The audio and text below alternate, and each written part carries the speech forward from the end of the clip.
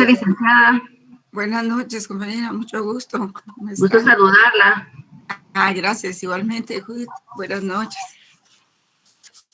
Pues quería decirles que antes de que se me olvide, mientras ingresan otros compañeros, que más tardecito voy a publicar las calificaciones, aunque hay algunos que todavía se van a someter a examen extemporáneo. Después corrijo, ¿verdad? Después corrijo. Y a los que se van a someter a extemporáneo estén pendientes. Creo que mañana tal vez voy a hacer el examen. Así es de que tienen que estar pendientes para que les dé la hora. Yo les aviso por correo electrónico a cada uno de ellos. Como no son muchos. Entonces, también quería decirles que ya se publicó el nuevo calendario de exámenes. No sé si ustedes ya lo vieron. Porque está me dijeron que estaba en la cartelera. A mí me lo acaban de mandar. Sí, licenciada, ya lo enviaron al grupo. Ya lo enviaron, ¿verdad? Ah, bueno, qué bien. Sí, ya lo tenemos. Pues tenemos nuestro examen el 17, ¿verdad? Pero como los exámenes empiezan el 10, entonces creo que solo vamos a tener clases la semana entrante. Y de ahí que ya empieza el 10 el examen, pues ya no, ¿verdad? Porque no quiero, si es necesario, pues daría, ¿verdad? Una última clase entre exámenes, ¿verdad? Pero si no, pues estaríamos así. Solo que estén pendientes los que se les va a hacer extemporáneo. Anoche nos quedamos, vamos a ver, anoche nos quedamos antes del arbitraje, ¿verdad, jóvenes? ¿Se recuerdan?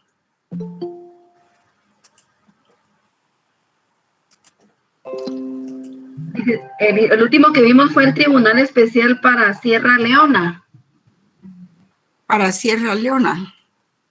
Sí, en la página 390 del libro del doctor. Ah, ¿cómo no? Ah, bueno, estaba explicando algunos casos, ¿verdad? Sí, estaba explicando, incluso estaba explicando las últimas sentencias. No está el de Bámaca, y de ahí siguió otra vez con los puntos de los tribunales especiales. Ah, ¿cómo no? Y nos quedamos en el último tribunal especial para Sierra Leona. Ese fue el último que vimos. Ah, sí, que son tribunales que los autoriza el Consejo, más bien los organiza el Consejo de Seguridad. Cuando hay casos graves de lesa humanidad, ¿verdad? De ataques de lesa humanidad o genocidio. Entonces, lo que hace el Consejo de Seguridad es que organiza en el mismo lugar, los tribunales para juzgar estos casos, que son como extensiones de la Corte Penal Internacional, pero son distintos, ¿verdad? Porque solo se organizan para juzgar casos de graves actos de lesa humanidad. Entonces terminamos ahí los buenos oficios, la conciliación, la investigación. Hablamos del arbitraje y hablamos también de los tribunales especializados, como el Tribunal del Derecho del Mar, el Tribunal Penal Internacional. También hablamos sobre tribunales y comisiones especializadas para derechos humanos que se organizan así en forma ad hoc, ¿verdad? Que son temporales, se integran y luego conocen los casos y luego se desintegran. También está el Tribunal Europeo de Derechos Humanos. Hablamos también de eso, de la Comisión Interamericana de Derechos Humanos y de la Corte Interamericana de Derechos Humanos, que estas dos entidades tienen su origen en el artículo 33 de la Convención Americana de Derechos Humanos, ¿verdad? La comisión está en Washington y la Corte Interamericana está en Costa Rica. También está el Tribunal de Justicia de Comunidades Europeas, el Tribunal Europeo de Cuentas, que les pide cuentas a los miembros de la Comunidad Europea, que era antes la Comunidad Económica Europea, ahora creo que es la Unión Europea.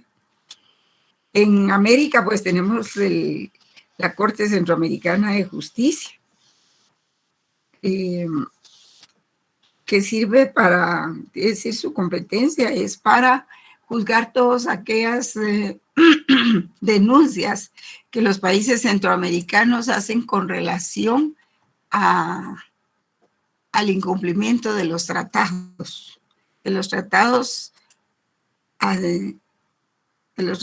que se han firmado y ratificado en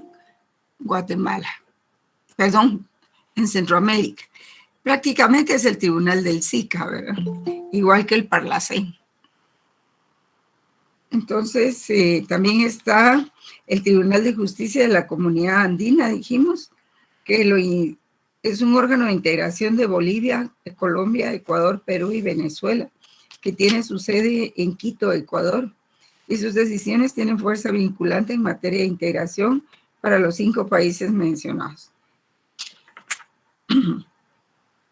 Su competencia es mediante la acción de nulidad, controla la legalidad de las normas de carácter comunitario. El protocolo del 96 amplió la competencia a recurso de omisión o inactividad, a función arbitral y jurisdicción laboral. El tribunal puede declarar la nulidad de las decisiones del Consejo Andino de Ministros de Relaciones Exteriores, de la Comisión de la Comunidad Andina y de las resoluciones de la Secretaría General.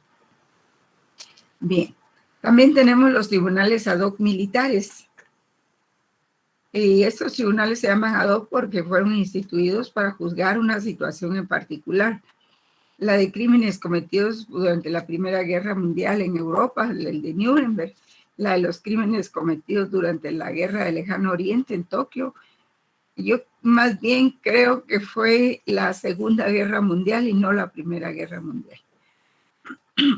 La de crímenes cometidos durante la guerra provocada por la desintegración de Yugoslavia y la de los crímenes cometidos dentro de las guerras tribales de Ruanda. Estos tribunales han sido bastante cuestionados y discutidos porque se fundaron para juzgar situaciones que se dieron en un tiempo que no existían, y aparentemente contrarios a los primeros de nulla pena sine ley, que no hay pena si no hay ley, y nulo un crimen sine ley, o sea que no hay crimen si no hay ley que lo prevea, que es el principio de legalidad. Y la discusión en torno a su legalidad todavía continúa, pero sobre todo fueron criticados porque los instituyeron los vencedores en el caso de Nuremberg y de Tokio. Y ahí pueden ustedes leer en qué consistió el Tribunal Militar Internacional de Nuremberg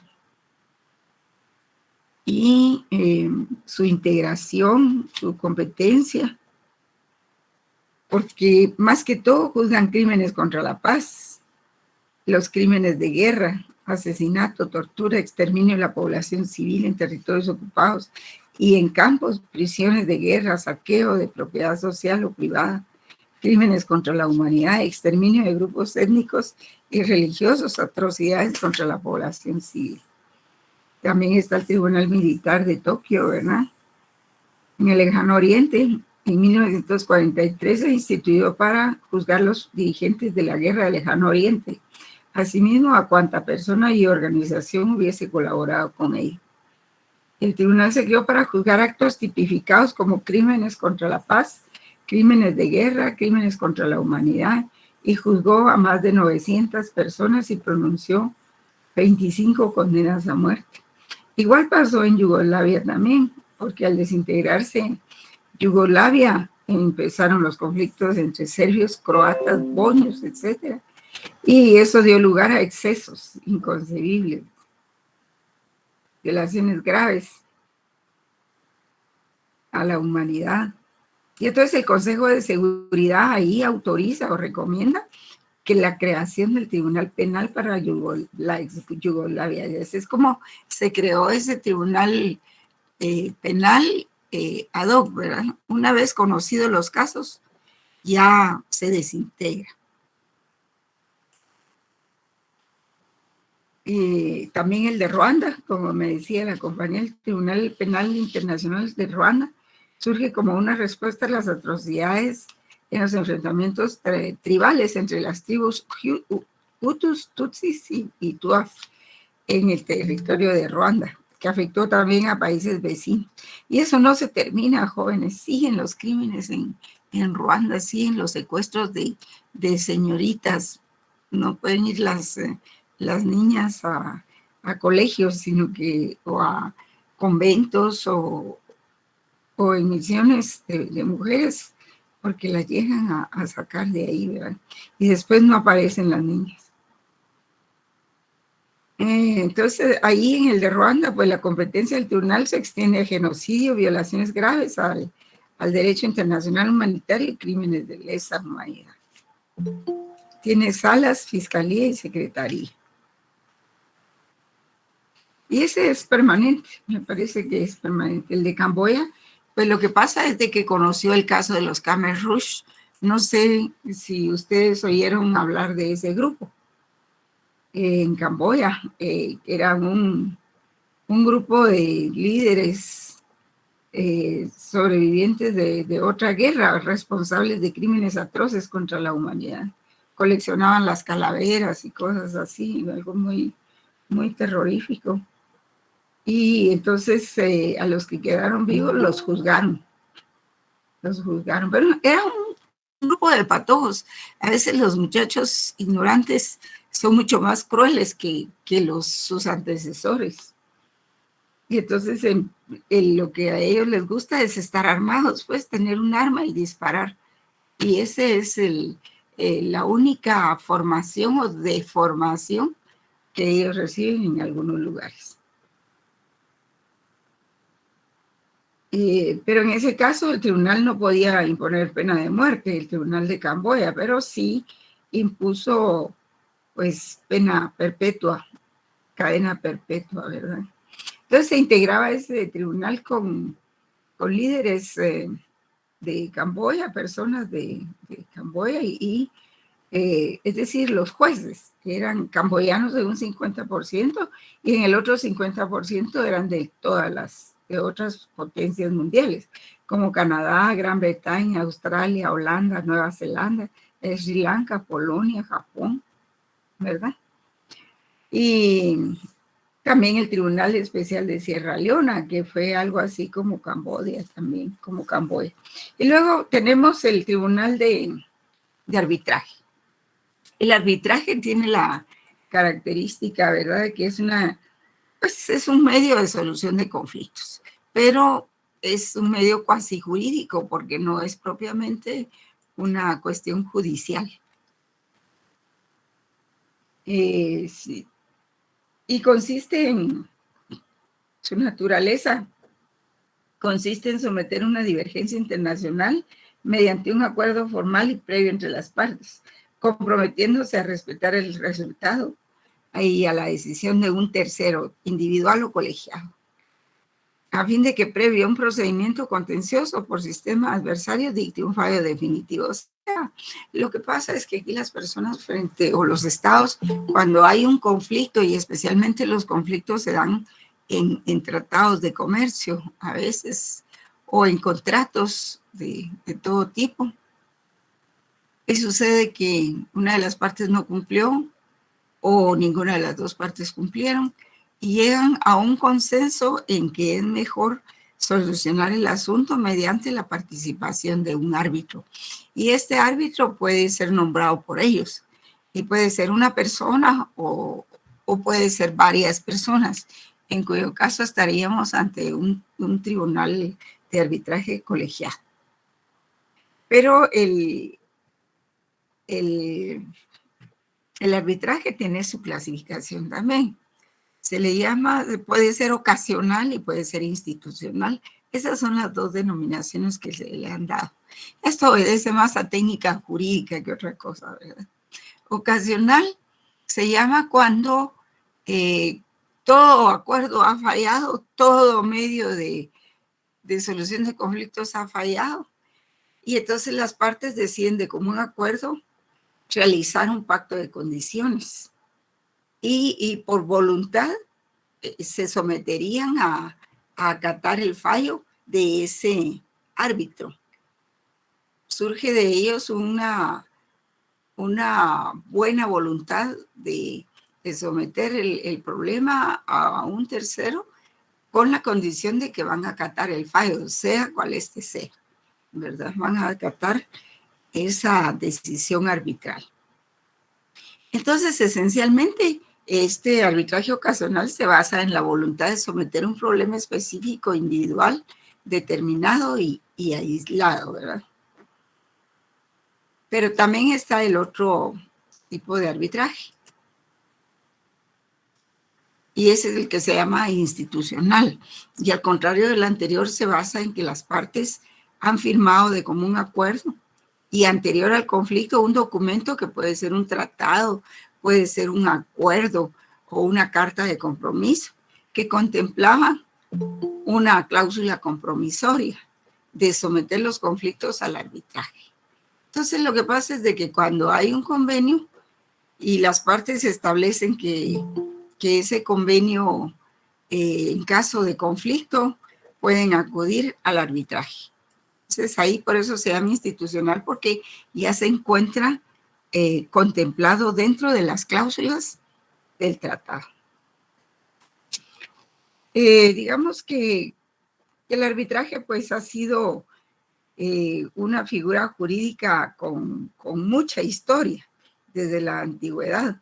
Existía una serie de procedimientos que se le asemejaban, ¿verdad? Por ejemplo, intervención del Papa en la Edad Media para asuntos limítrofes, cuando se estaban creando las naciones para dividirse nuevos territorios entre España y Portugal. Y más recientemente, dice el doctor, el arbitraje fue introducido por Inglaterra y Estados Unidos en el Tratado de Haye en 1794. En el sentido actual, fue introducido por ellos mismos en 1871 para cuestiones relativas a Alabama. Y en 1899, que en La Haya se le consideró una institución merecedora de un estatuto jurídico y aceptación general. A finales del siglo XVIII, pues también en 1899, el zar Nicolás II de Rusia convocó a una reunión que fue una primera conferencia de paz de La Haya a los principales líderes europeos en La Haya, Holanda, para discutir sobre la paz mundial y el desarme. De esa reunión nació la Corte Permanente de Arbitraje en la Convención para el Arreglo Pacífico de Disputas Internacionales, y desde entonces ha servido como un árbitro internacional para arreglar diferencias entre estados soberanos. Tiene su sede en La Haya, en el Palacio de la Paz, desde el año 1913. Ofrece servicios de arbitraje, conciliación, comisiones de investigación, buenos oficios y mediación. Bueno. Luego esa convención fue revisada en 1907, ¿verdad? En 1999 tiene por consiguiente 100 años de existencia y ha conocido muchos casos, muchísimos casos, en que las partes han sido los estados o grandes corporaciones transnacionales o multinacionales representadas en sus respectivos estados. Sí, porque en ese Palacio de la Paz, si bien se dice que es el Tribunal de La Haya, pero la verdad es de que hay varios tribunales siempre de arbitraje, pero se dividen por materias, ¿verdad? No hay jerarquía entre ellos, por ejemplo, no hay jerarquía. Solo es que cada uno atiende diferentes materias. El caso más famoso fue en 1981, dice, en relación con los bienes iraníes embargados por Estados Unidos. Se conoce como el caso Irán versus Estados Unidos de América. Y para obtener la liberación de los rehenes estadounidenses, Estados Unidos firmó un documento comprometiéndose a desembargar los bienes embargados y entregarlos a Irán. Sin embargo, las transnacionales se vieron afectadas por el cambio de gobierno en Irán al cancelárseles los contratos firmados por el régimen del Shah de Irán y reclamaron daños y perjuicios por incumplimiento de contratos, y para asegurarse embargaron los bienes desembargados por Estados Unidos. O sea que Estados Unidos los había desembargado y inmediatamente las compañías los volvieron a embargar. Ante esa situación, tanto Irán como las compañías acudieron a la Corte Internacional Permanente de Arbitraje. Entre los reclamos más cuantiosos se cuentan $50 millones por parte de Brown Road por la construcción de puertos y bases navales. Bueno, ahí lo pueden ver ustedes. El tribunal que oiría estos casos, pues, consiste de 3 iraníes, 3 estadounidenses, 3 neutrales, 2 suecos y un francés. Y al iniciar las audiencias se constituyen en 3 cámaras de miembros, de 3 miembros cada uno. Y luego la integración, ¿verdad? El tribunal de integración se integra con un reservorio de árbitros provenientes, o sea, un stock de árbitros provenientes de todos los estados partes en la convención. Estos árbitros conforman la lista del Tribunal Permanente de Arbitraje y pueden ser llamados en cualquier momento. La sede, pues como ya se dijo, ¿verdad?, está en La Haya, Holanda, en el Palacio de la Paz. Y entonces hay reglamentos para los casos en que las partes son 2 estados, para cuando las partes son 1 o más estados de una entidad privada, y para los casos en que se trata de 1 o más estados y 1 o más organismos internacionales. Y además existe un reglamento específico de conciliación. Pero previo a eso, los hacen firmar ahí de que aceptan la obligatoriedad del fallo. Porque si no, ¿para qué desperdiciar tanto dinero, verdad? Porque todo eso, ese andamiaje cuesta mucho dinero. Y está la instancia de solución de controversias del Mercosur, que está me parece que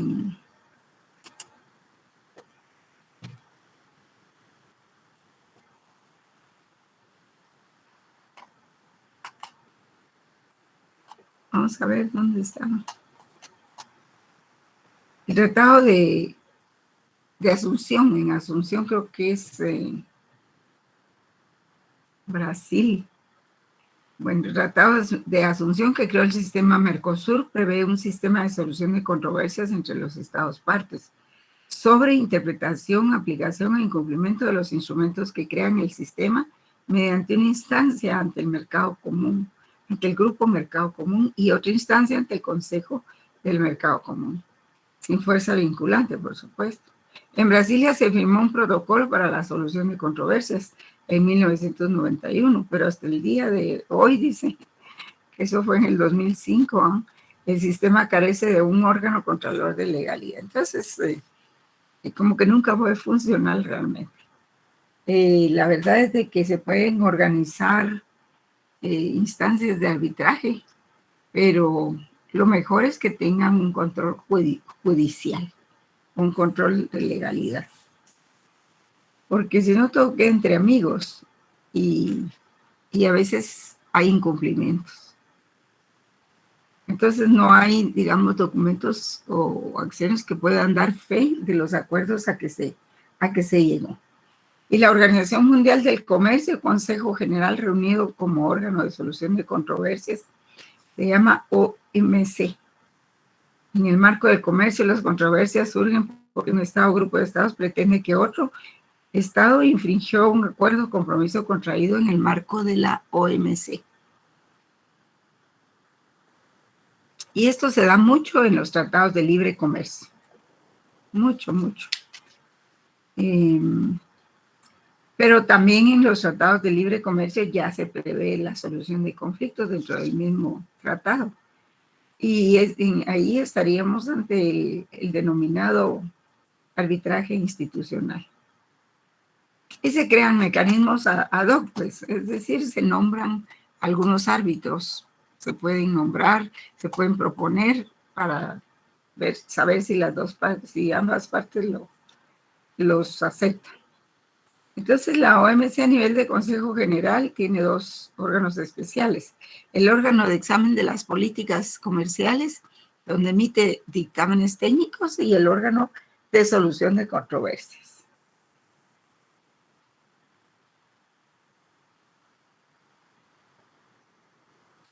Y está el Centro Internacional de Arreglo de Diferencias Relativas a Inversiones.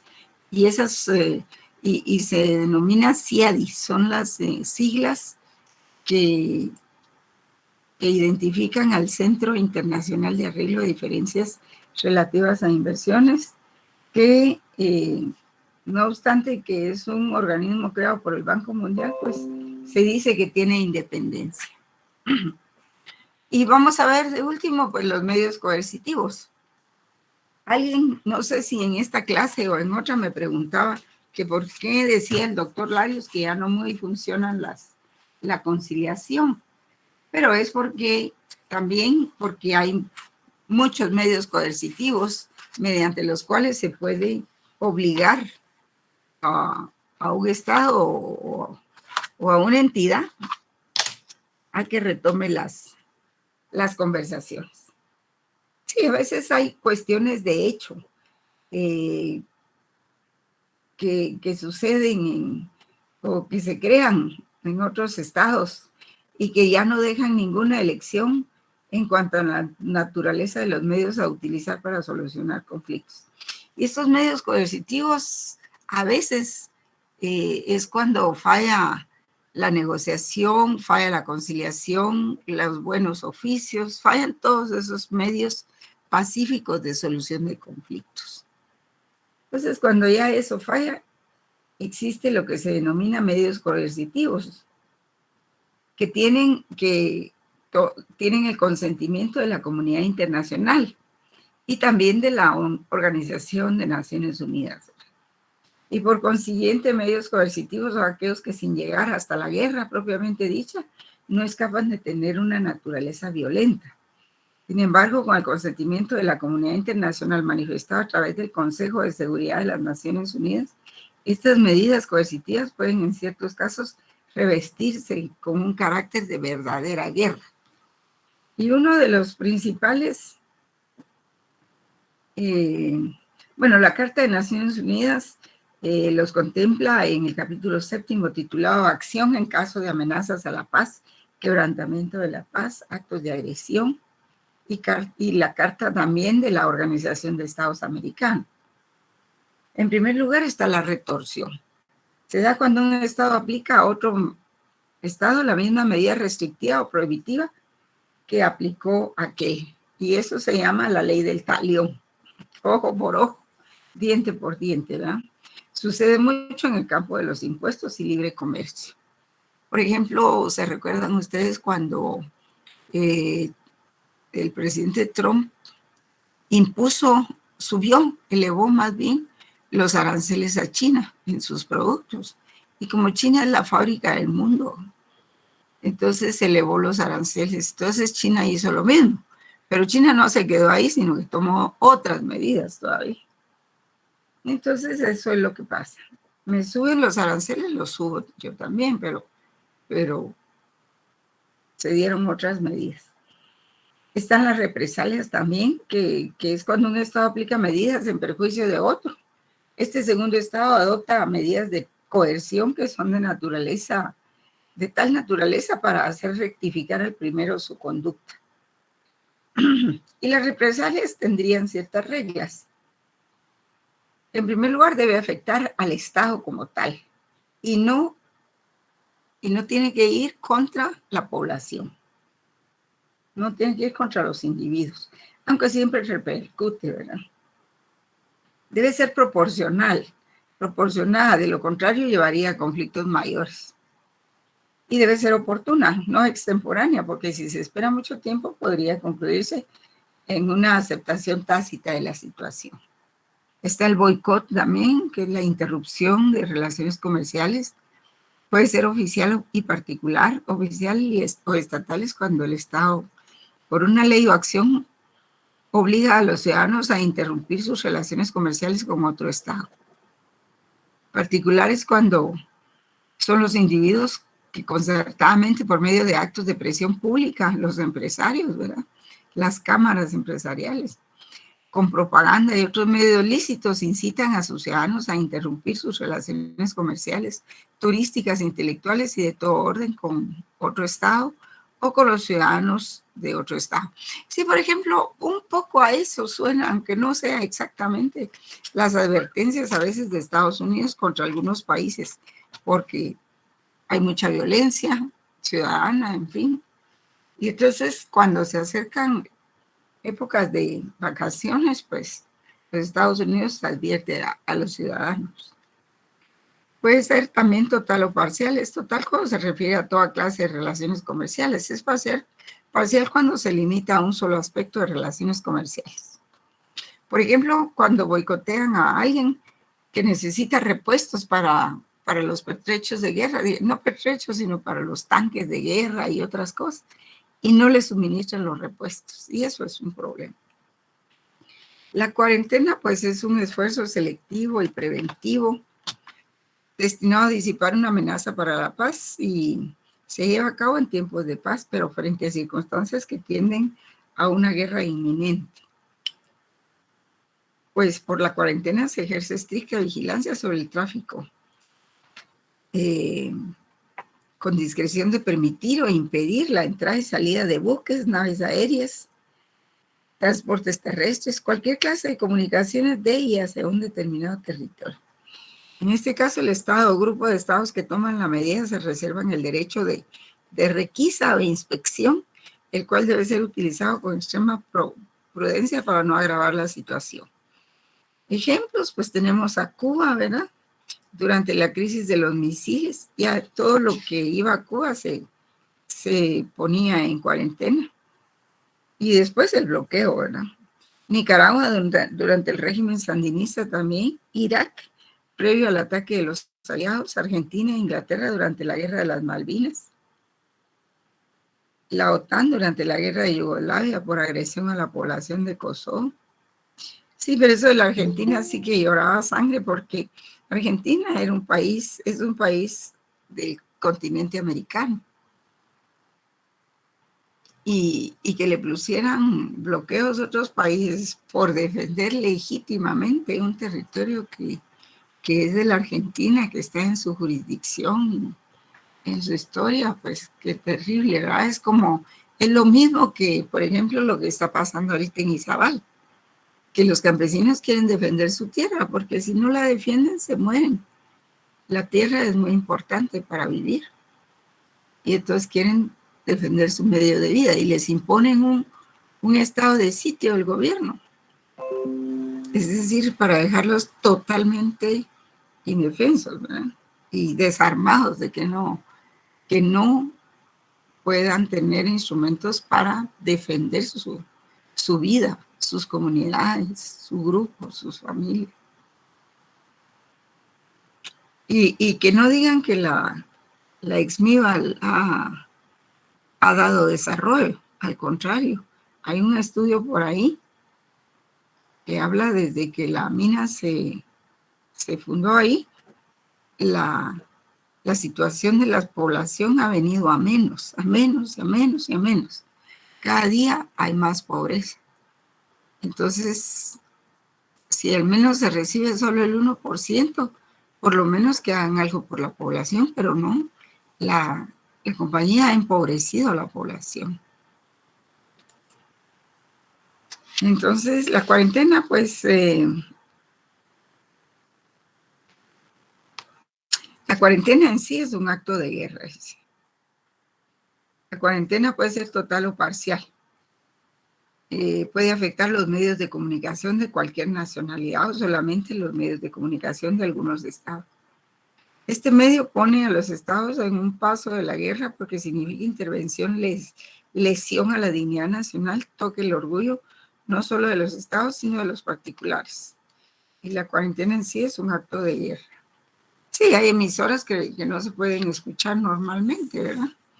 En este lado del continente, de la Tierra. También está el bloqueo, que generalmente es una táctica empleada durante el desarrollo de una guerra y consiste en no permitir el paso de buques, naves aéreas, medios terrestres, comunicaciones de cualquier clase y hacia un determinado territorio. En sí es un medio violento, ¿verdad? Es un medio coercitivo muy, muy delicado y por su propia naturaleza afecta a culpables e inocentes. Es también un acto de guerra. Sí, aquí el jamón del sándwich resulta ser la población civil, ¿verdad? También hay ruptura de relaciones diplomáticas. Por ejemplo, cuando se atentó contra la Embajada de España, España cortó relaciones con Guatemala. Y esto se vive dando constantemente. Creo que Turquía, el presidente de Turquía acaba de cortar relaciones y sacar a los diplomáticos de Estados Unidos, de Francia, de Alemania, de Inglaterra, todos ellos los sacó. Les dijo que no entendían lo que era Turquía, y si no lo entendían, que se fueran. Y se sacó a todos rompió relaciones. En sí constituye una seria advertencia porque prácticamente se cierran los canales de comunicación política. En este caso, los agentes diplomáticos abandonan el país y se solicita que abandonen el país de quien toma esa medida. Sí, realmente eso de Turquía acaba de suceder. Creo que salió la noticia este martes.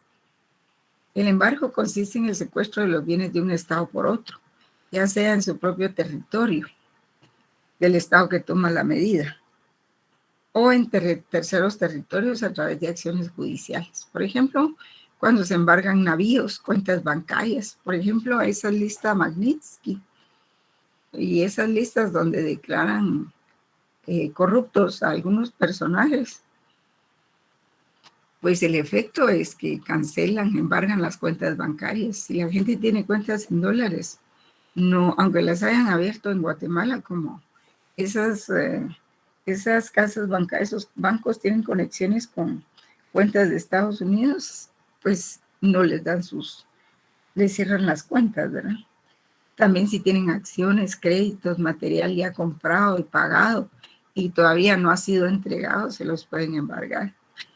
Los ejemplos más recientes han sido cuando se aplicó esta medida a Irán y a Irak, que eso lo leímos al principio. El ultimátum es una intimidación en que un gobierno dirige a otro por medio de una nota diplomática, una proposición final con respecto a una divergencia que lo separa y le requiere aceptar la solución en un plazo de 24, 48, 72 o más horas, ¿verdad? Ojo, siendo entendido que la no aceptación implica la adopción de medidas más graves, que pueden ser ruptura de relaciones diplomáticas, boicot, embargo, guerra, etc. Y pues la acción de las Naciones Unidas se da en casos bien determinados, en lo que cuando se amenaza la paz del mundo y la seguridad internacional, o bien en situaciones que originarían fricción o controversia internacional, porque lo que busca Naciones Unidas es, como dé lugar, mantener la paz, no arriesgarse. Cada brote pequeño que surge, inmediatamente tienen que intervenir. Y para cada situación, la Carta de la ONU prevé diferentes medidas precisas. Si hay amenaza a la paz y la seguridad internacional, pues interviene el Consejo de Seguridad. Empieza por discutir públicamente la situación y luego da algunas recomendaciones, pero esas recomendaciones vienen a ser casi obligatorias. En caso de situaciones que signifiquen fricción o intervención directa del Consejo de Seguridad para investigar o facultad de cualquier miembro para solicitar la intervención del Consejo de Seguridad, entonces manda a investigar. En caso sumamente grave que implica la intervención armada, tal como sucedió en Corea, Irak y Bosnia y Herzegovina, pues en la antigua Yugoslavia, pues hace la guerra, ¿verdad?, entre varios países. A veces la OTAN ha tenido que intervenir en algunas guerras, o sea, la organización de los países del Atlántico Norte, que es digamos, el sinónimo de lo que es aquí el TIAR, ¿verdad? El Tratado Internacional No me acuerdo cómo se llama el tierra. Ustedes me lo van a recordar. Y la intervención de los organismos regionales. El Consejo de Seguridad de Naciones prefiere actuar por medio de organismos regionales.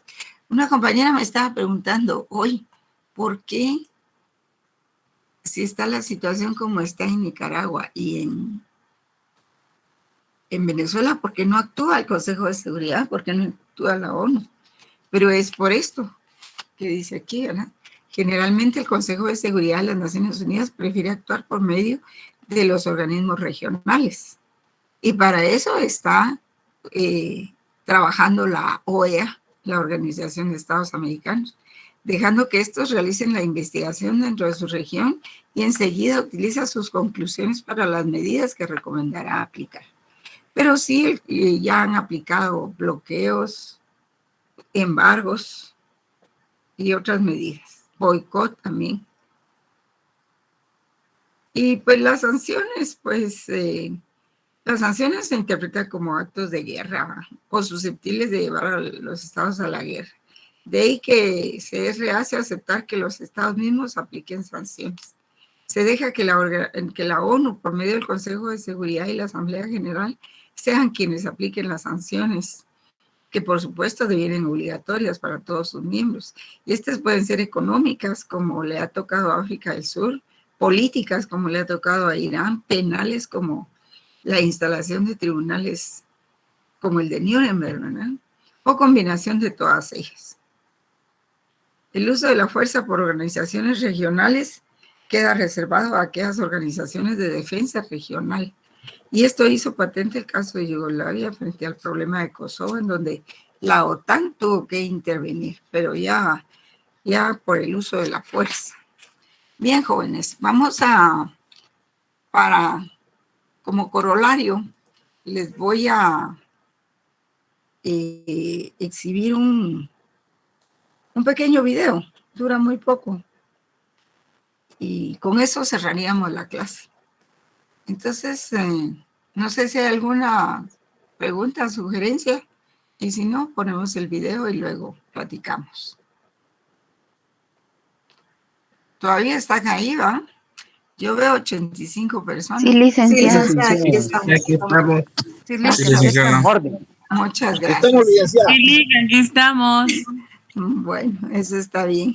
Gracias. Voy a apagar mi micrófono para que puedan oír bien el video. Pero si no lo escuchan, me lo dicen, por favor, porque sí los escucho yo.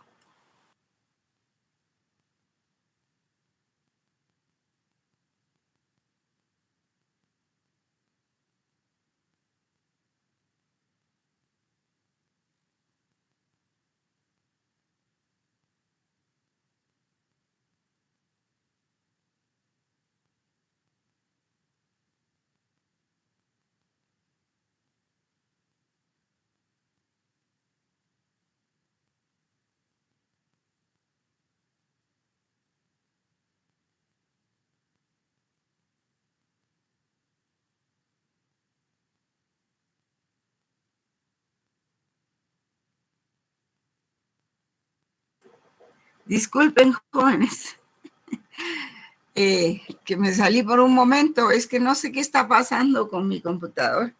Pero ahorita viene mi coach.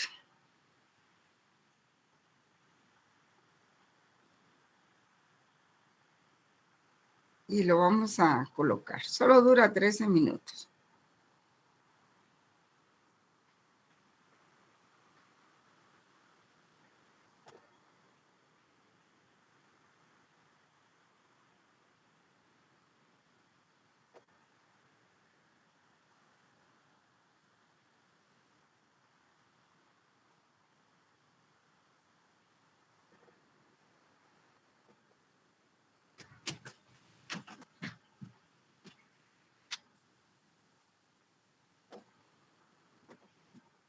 No sé qué está pasando.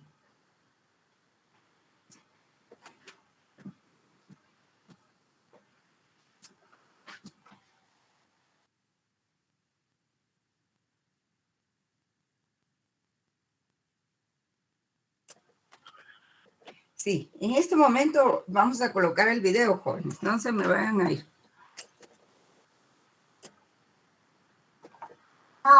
Por aquí estamos, Lidia. Gracias.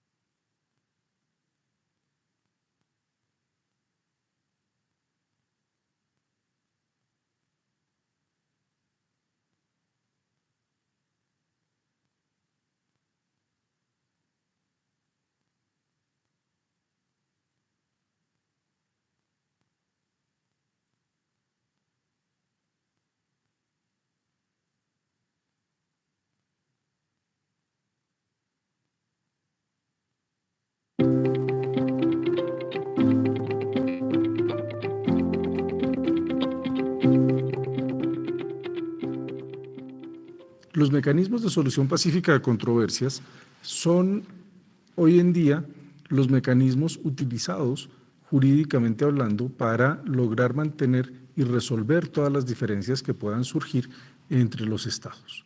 Hoy en día, además de los estados, hay otros sujetos de derecho internacional y en este sentido podríamos encontrar también individuos o multinacionales que acuden a este tipo de solución pacífica de controversias.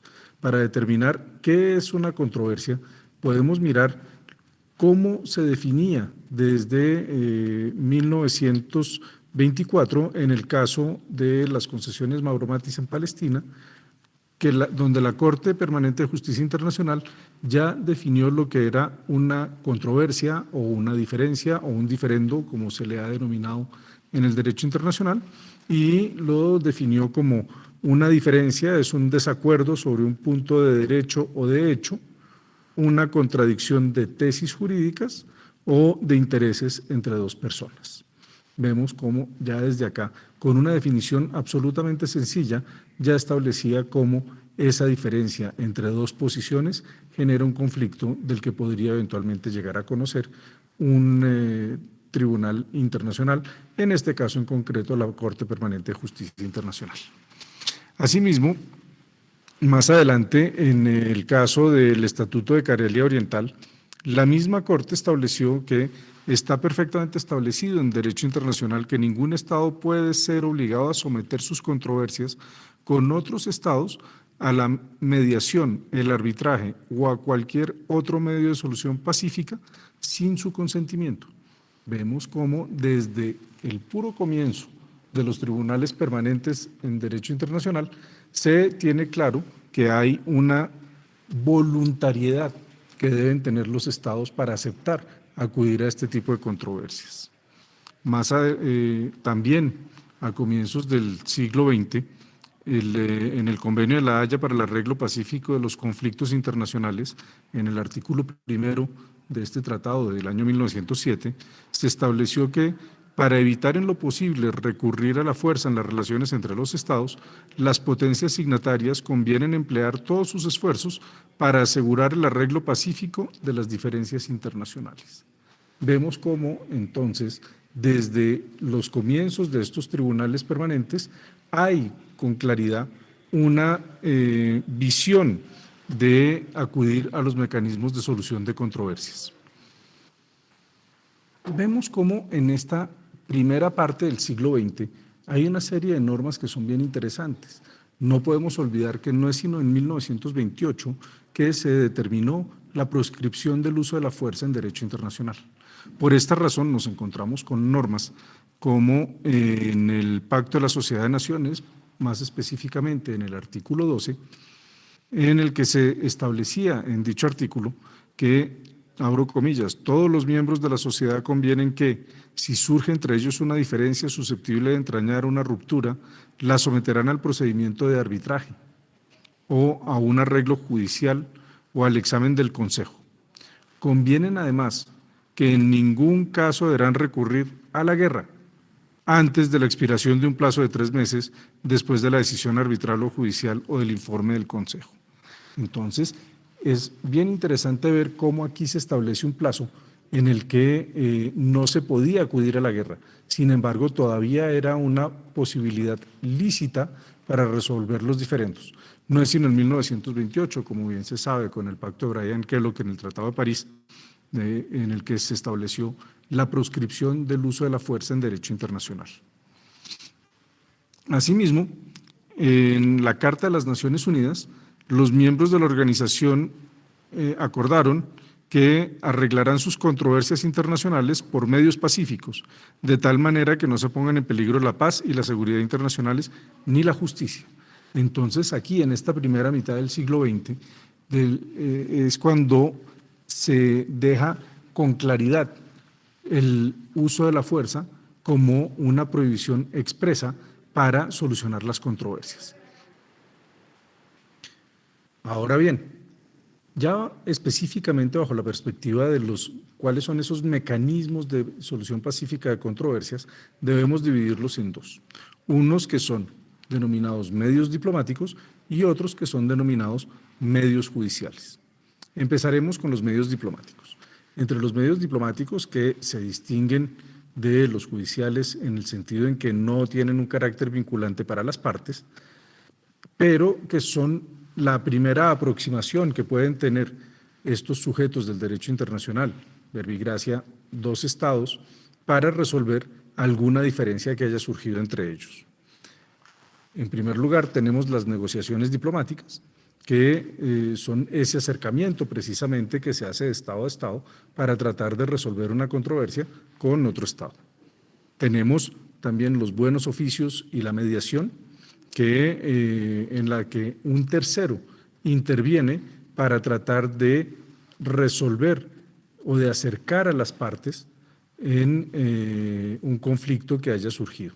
Aquí la intervención del tercero es fundamental. La diferencia entre buenos oficios y mediación estaría centrada en el hecho que en el uno el tercero interviene motu propio, mientras que en el otro habría un llamado de una invitación a la persona para que intervenga como tercero. Tenemos también la investigación internacional, que además puede acompañar todos estos mecanismos en la medida en que éste da claridad sobre los hechos, busca determinarse con precisión qué fue lo que sucedió, cómo se determinó, y así poder darle herramientas a los negociadores para poder resolver una situación en concreto. Y tenemos también la conciliación internacional, en la que las partes deciden acudir a un tercero también para que se resuelva la situación. La característica o el común denominador de estos medios diplomáticos mencionados son que en el fondo no tienen un carácter vinculante para las partes. Pueden que lleguen a un acuerdo, pero en el caso contrario, o que un tercero haya propuesto una solución, esa solución puede ser aceptada por las partes, pero no es de obligatoria aceptación dicha propuesta. Ahora bien, bajo la perspectiva de los mecanismos de solución pacífica de controversias de carácter judicial, ha habido dos grandes vertientes. Una, la del arbitraje; dos, la de los tribunales internacionales que se han creado para estos efectos. Bajo la perspectiva del arbitraje internacional, podemos ver instituciones como la Corte Permanente de Arbitraje, que a pesar de su nombre no es corte ni es permanente, que tiene su sede en la ciudad de La Haya y que es considerado el tribunal más antiguo de todos, en la medida en que fue creado con los convenios de La Haya de finales del siglo XIX y comienzos del siglo XX. Más precisamente en la primera conferencia de paz de 1899, con los acuerdos que vienen después también en 1906 y 1907. Hay también la opción de que los estados creen unos tribunales arbitrales de carácter temporal, en donde la función secretarial y la función arbitral es directamente financiada por los estados parte, en la medida en que es montar todo un tribunal para un caso específico, a diferencia de lo que puede hacer la Corte Permanente de Arbitraje, que tiene una lista de árbitros que pueden ser seleccionados por las partes para cuando consideren las partes pertinente acudir a este mecanismo de solución de controversias. Tenemos también el Centro Internacional de Arreglo de Diferencias Relativas a Inversiones, CIADI, en el que hace parte del Banco Mundial, fue creado en 1966 y resuelve casos relativos a inversiones. En este sentido puede haber casos en los que hay unos tratados de protección de inversiones y donde ha habido unos incumplimientos por parte de los estados o no, y en ese sentido las partes pueden ir a resolver las diferencias ante este tribunal. A diferencia de los medios diplomáticos, aquí en este sistema, en el sistema arbitral, las decisiones sí son vinculantes para las partes. La decisión que tome un tribunal es de obligatorio cumplimiento para las partes que hayan intervenido en el procedimiento. Dentro de los mecanismos judiciales tenemos, además del arbitraje internacional, otros mecanismos, otros tribunales, mejor, que tienen ya también vocación de permanencia. En este sentido tenemos la Corte Internacional de Justicia y tenemos el Tribunal del Mar. El Tribunal del Mar, que es una institución que fue creada por la Convención de Naciones Unidas sobre el Derecho del Mar, es la encargada de dirimir los conflictos que surjan entre los estados parte de esta convención con relación a los conflictos marítimos que puedan surgir entre ellos, y el tribunal debe aplicar las normas convencionales de la Convemar de 1982. Mientras que con la Corte Internacional de Justicia, el mismo estatuto del artículo internacional de la Corte Internacional de Justicia, el artículo 38, establece cuáles son las fuentes que son aplicables o que podría aplicar un juez de la Corte Internacional de Justicia. En este sentido, el 38.1a establece en primer lugar los tratados, en segundo lugar la costumbre internacional, en tercer lugar los principios generales del derecho y en cuarto lugar, como medios auxiliares, la jurisprudencia y la doctrina. Además de estos mecanismos, hay otros como el órgano de apelación, que resuelve o dirime los conflictos en el marco de la Organización Mundial del Comercio para aquellos conflictos que surjan entre los estados parte. Tenemos además otros órganos regionales como la Corte Centroamericana de Justicia, que se encuentra en el marco del Sistema de Integración Centroamericano, SICA. El Tribunal Andino también resuelve o dirime conflictos entre los estados parte de la Comunidad Andina, así como también lo hace el Tribunal Permanente de Revisión del Mercosur. Este es un barrido muy general de los diferentes instrumentos y de lo que es los mecanismos de solución de controversias en el derecho internacional. Ahora bien, ya para concluir, vemos cómo a lo largo de los últimos 118 años ha habido un gran trabajo que se ha realizado para acabar, por un lado, con la fuerza como mecanismo de solución de controversias, para dejar únicamente los que sean mecanismos pacíficos. Bajo esta perspectiva, hoy en día Colombia tiene una serie de casos a nivel internacional. Por un lado, hay varias demandas que se están iniciando en el marco del CIADI de multinacionales que han considerado que ha habido un incumplimiento por parte del Estado colombiano con relación a las inversiones que han realizado.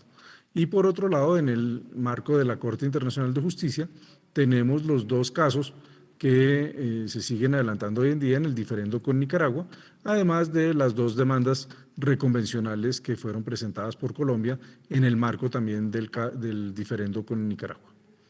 Creo que bajo esta perspectiva vemos cómo se ha consolidado todo lo relativo al mecanismo de solución de controversias a todo lo largo del siglo XX y lo que llevamos del siglo XXI.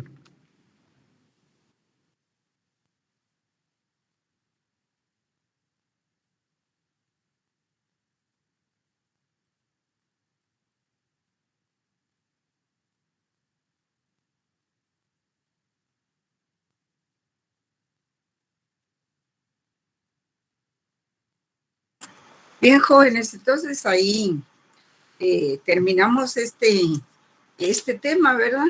Que es bastante extenso. Pareciera que fuera corto, pero no, es muy extenso. Y el calendario de exámenes, no sé si ya ustedes lo vieron. Y licenciada, ya lo vimos. Ya lo vi. Licenciada. Entonces, Ya lo tenemos. el examen arranca, los exámenes, el periodo de exámenes arrancan a partir del 10 de noviembre. 9 tenemos nosotros, licenciada, Derecho Internacional Privado, día 9. Día 9, no tienen día 10. Yo No, recuerdo que estaba el día 10. día Derecho 9. Internacional Privado, ¿verdad? Sí, día 9, el 11 tenemos Mercantil 3, el 15 Tributario, el 17 nos toca con usted y el final sería el 19 Notariado. Ah, bueno. Bueno, entonces, ¿y el 9 qué día cae, jóvenes? Que no sé qué dice mi celular. Y a martes. Día martes. Ah, bueno. Entonces tendríamos nuestra última clase el próximo viernes, ¿verdad? Que sería, vamos a ver, el lunes es 1, 2, 3, Viernes 5. 4 y 5 tendríamos, ¿verdad? Todavía de clase. Y ese sería nuestro último día. Así es de que, bueno, entonces todavía podemos desarrollar un par de temas ahí, que es con relación al asilo. No sé si ya lo vieron antes.